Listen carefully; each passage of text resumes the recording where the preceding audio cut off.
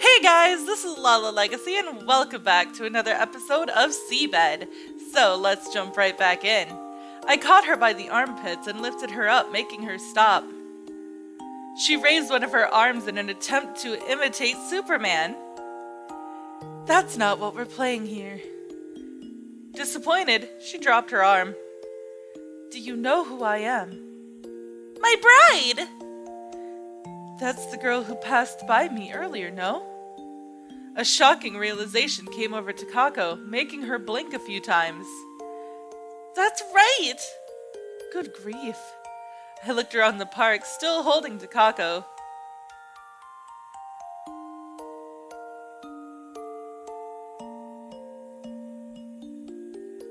There were a bunch of faded toys scattered in the sandbox. I couldn't tell whether the sun, partially hidden by the mountain range, was rising or setting. The sky had a light pink hue, with only a few light clouds drifting on it. Let me down! I put her back on solid ground. Is there a bug you like, miss? I'll catch it for you. I don't need any insects. Then what do you want to play? Tag? I'd rather not. Oh, I can show you something great. A dash! She hurried over to the swings, climbed on the right one, and began swinging up and down. I followed her, but before I could reach her, she crouched down in preparation of a jump, and then let go of the bars. She landed on the teal bar in front of the swing, but inertia carried her too far. She began tilting forward. Ugh! How many times do you want to get hurt doing this? I caught her before she hit the ground. Thanks! I'll catch you a dragonfly in return. I really don't want any bugs. It's here! A large insect flew past my head. Takako chased after it. I watched her disappear into the distance, then pinched my hand. It hurt a bit. When I looked back at Takako, I saw her standing in place, gazing at a certain spot. She slowly extended her arm. Her hand suddenly moved and seized something. Got it! She rushed back toward me, carrying her prey. The dragonfly that flew past my head earlier now sat motionless in Takako's palm. Her fingers were holding down its wings, preventing it from moving. I caught a dragonfly! Did you actually catch it with your bare hands? It's the first time I managed to pull that off! Impressed? You're going to give it to your friend, correct? Yeah? You think she'll forgive me? Don't forget to bring her the doll, too. It's important to her. Okay! The small Takako pulled out an insect cage from the backpack under the slide and placed the dragonfly into it. She then shoved the cage back into her backpack. She put the doll in the backpack as well. I briefly glanced at my wristwatch. It was 6 o'clock. Are you going home? Takako asked as she returned. Yes. Let's play a bit more. I wish I could, but I have to hurry back. I feel like I was in the middle of something important. Aww. As Takako heaved a sigh of disappointment, I pinched my hand again. This time, I did it a bit harder. It felt no different from last time. I looked around the park, and then up at the sky. Its color was an odd mix of purple and pink, the kind I've never seen before. Do you know how I can leave? I asked the small Takako. Takako shook her head. I suppose you wouldn't. If you got nowhere to go, you could come to my house. Aww. Oh my god, she's so cute! Takako pulled the hem of my skirt as I wondered what to do. I took a step toward her to avoid it getting stretched, but Takako, interpreting that as a sign of consent, began walking further. We left the park and passed the street with a tenement house at the corner, emerging on a slope stretching deep into the mountain. I spotted a thick cable car wire above it. Turning around, I noticed that the house behind me had disappeared, or houses behind me. Before I knew it, I was walking on a stone pavement. Is this really the right way? Yeah, don't worry! I watched the cable car descend the slope. Its rear half was a box with seats and windows. It reminded me of the red tin can with wooden windows. It had various posters inside, each depicting different advertisements ranging from movies to shoe shops. The empty cable car stopped on the rotating plate and turned around. Takako grabbed one of its rails and was about to get in. Are we riding this? Yeah!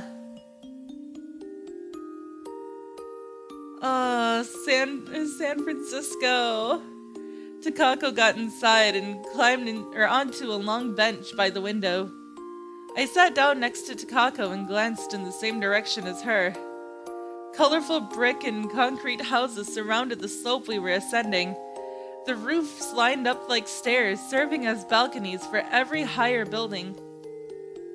Is something the matter? Look. Oh, whoops. Is something the matter? Look! Takako looked at me, then pointed at the big window at the back of the car. I could see a harbor beyond it. The slope we were ascending cleaved the western city in two, almost like Moses in the Red Sea in ancient times.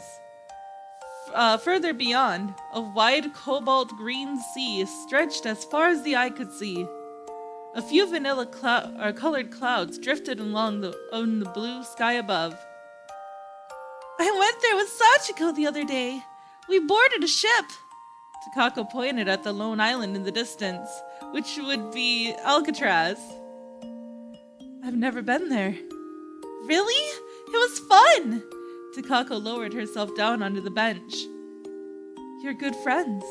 Yeah. One time, I wanted to show her my new trick with stilts, but I fell and scraped my leg so much it started bleeding. She ended up taking me to the hospital. Those are pretty tall, weren't they? I should have known it was a bad idea when you needed to climb on the roof just to get on them. The cable car passed under a large tree, the leaves of which cast gently flickering shadows.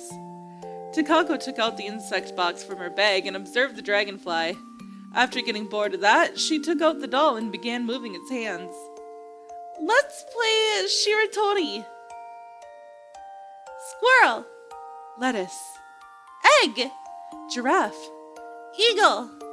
Earthworm. Mango. Opal. Lettuce. Egg. Giraffe. Eagle. Earthworm. Mango. Opal. Lettuce. Egg. Hey, you can't repeat them. You lose. Takako leaned against me as I gazed at the scenery beyond the window.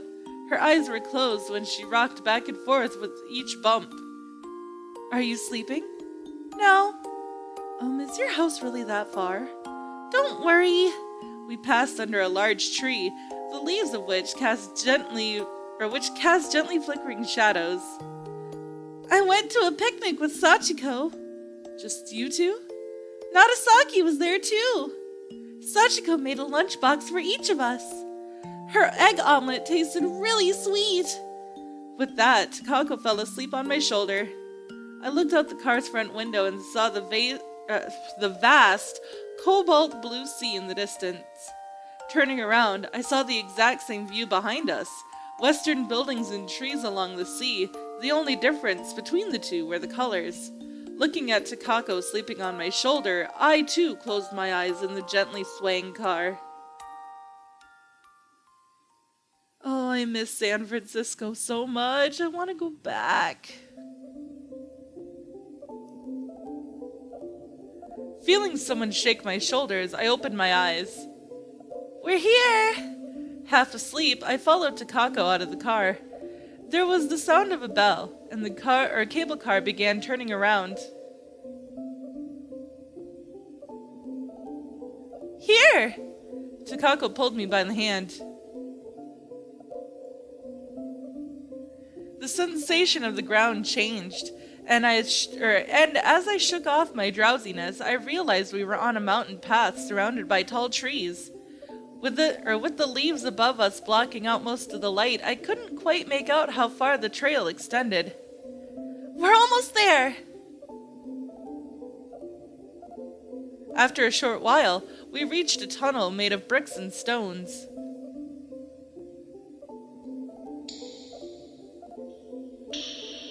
We continued inside, the faint light behind us waning like a candle flame.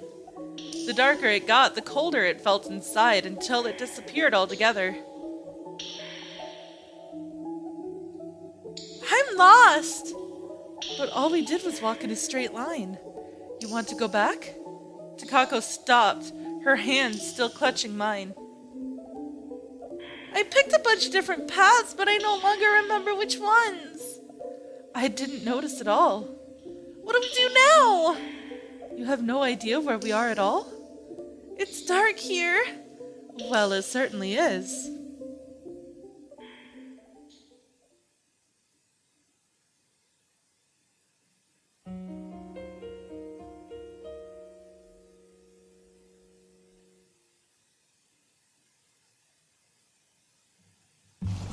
Oh wow, hi! I walked across the shallow beach. The stars flickered in the water puddles as I stepped on them. However, the scenery would not change, no matter how far I walked. It was either a starry sky, or a starry sky with some holes repeating over and over. Well now.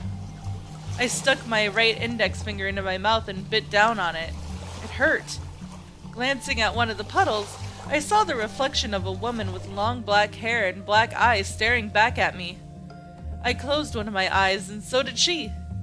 I shifted my gaze back to the horizon. I stuck my hand in my pocket and fished out my car keys. They felt cold to the touch. I turned them a few times in my hand and continued toward the horizon. Suddenly, I felt like I heard something. I took a few more steps and the noise, a kind of static reminiscent of hearing tests, increased. I stopped and strained my ears to listen. The sound was coming from below. However, there was only a puddle of water at my feet, its surface reflecting a massive black cloud. Just when I looked up, the puddle suddenly swallowed me.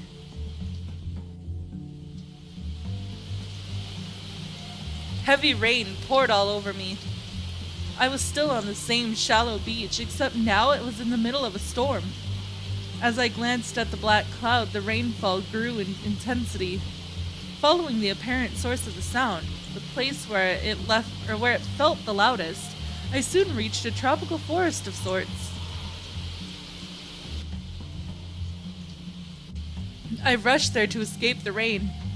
Water trickled down my hair, getting into my eyes. Suddenly, I heard something from the woods. Is someone there? I spotted traces of footsteps in the direction the sound was coming from. I followed them, noticing some broken branches along the way as well. I stepped over a big set of roots, rising from the ground and climbing the limestone rock blackened by the elements to find a hole splitting the path in two. It was the entrance to a cave surrounded by ferns. Look at how huge it is. I heard something reminiscent of human voices from within. Is someone there? I repeated my question. My words reverberated across the cave walls. I waited for a dozen or so seconds, but received no reply. I climbed down the hole, having reached an area with a solid roof. The sound of rain from outside began to abate. Instead, I heard the scarce dripping of water. There were countless paths branching off in various directions in front of me. Some were too narrow for a person to pass, while others seemed good enough to drive a car through. All of them had complex shapes, like lava stones. I pressed forward, trying to find some even footing, when I heard disjointed voices from some of the tunnels. Wanted to show me? Fireflies, you mean. Was told you wanted to see. I followed the voices until I saw a light beyond a large black rock. I heard a voice right by my ear. Whoa! As I stepped on a puddle of water, my leg got swallowed by it. The sensation was similar to missing a step on the stairs. I ended up losing my balance and plummeting down into a dark void. This is one trippy, crazy, scary-ass dream. Holy shit, yeah, I would be so scared. No! Like, okay, seeing that background image, like, makes me think of one of the scariest dreams I've ever had, which was a dream of drowning, and that is terrifying. I opened my eyes, only to realize I was slowly sinking. As I regained control of my body, I extended my arms and landed at the bottom. Oh my god, they're so pretty though. The water was crystal clear. If one discounted the sensation of weightlessness, this was hardly different from the inside of a cave, or from the inside of the cave. I exhaled a breath. It didn't feel uncomfortable at all. The air bubbles ascended, getting stuck towards the light coming from the hole I fell through. This. Oh, I heard a voice from beyond the water. There was a dark cave entrance right in the middle of the seabed. I turned around and began walking towards it. It felt like walking on clouds. Although I drew further away from the light coming from the hole, it painted the entire place pale blue, almost like it had simply melted into the water. I was moving onwards with one hand on the wall when I heard some voices again. Wow, there's a window here. I can see the vegetables in the inner yard from here. There was a huge window covered by the stairs, too. I wonder if they built them later. They must have been in quite a hurry when they did that. Few people nowadays think of modern architecture as superior. Ah, look at how small the door is. I wonder if it's a broom closet. Oh, it's locked. Can you ask the landlord about it later? I'll do that. I wonder if this room... The plate matches the key at least. Oh, let's see if it fits the lock. It's bigger than I thought. Concrete walls, huh? We could raise hell in here and no one would hear us. I'm not planning to do anything like that. I'll open the windows. All right. So we're taking this one? Yeah. Okay, we have to get our stuff then. Tomorrow's going to be a busy day. Indeed. I continued down the rocky path, sweeping my hands through the water. Are you there? My voice turned into bubbles, disappearing in the darkness above me. I realized the cave ceiling had grown low enough for me to reach it. The path turned more uneven, so I slowed my pace and continued in careful steps. I spotted the silhouette of a crouching person in front of a large rock in the distance. As I drew closer, I realized it was just an old doll.